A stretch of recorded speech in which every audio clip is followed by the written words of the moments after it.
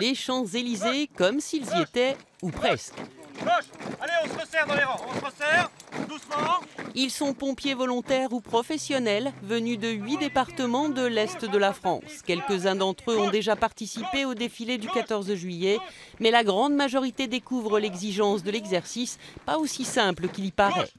Ce qui est compliqué, c'est de garder l'alignement avec ses collègues de droite et de gauche, de regarder aussi en colonne et les diagonales à rester bien droit. 5e rang, c'est pas bon. Comme vos camarades, sur le milieu, on s'aligne. C'est vraiment très carré, ça nous rappelle le bon vieux temps de l'armée.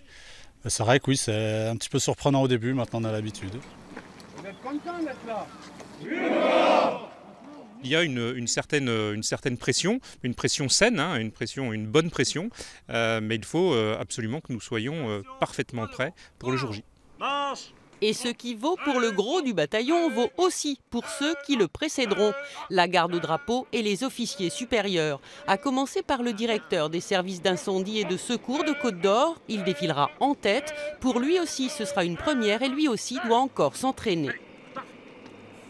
J'ai vraiment l'impression que c'est une contrainte pour personne, que de venir dès samedi, y compris beaucoup de samedis, on se retrouve avec plaisir, les gens on le voit, ils ont le sourire, même si c'est dur, même si on leur dit des choses des fois, ils préféreraient entendre des compliments que des critiques, mais les gens viennent avec plaisir parce qu'ils savent que c'est le prix à payer pour être bien à l'arrivée, quoi. Les pompiers se retrouveront à nouveau sur la piste de l'aéroport pour 2 nouvelles répétitions, les 17 juin et le 1er juillet prochain. Ce jour-là, le 10e bataillon de sapeurs-pompiers de France sera présenté officiellement aux autorités.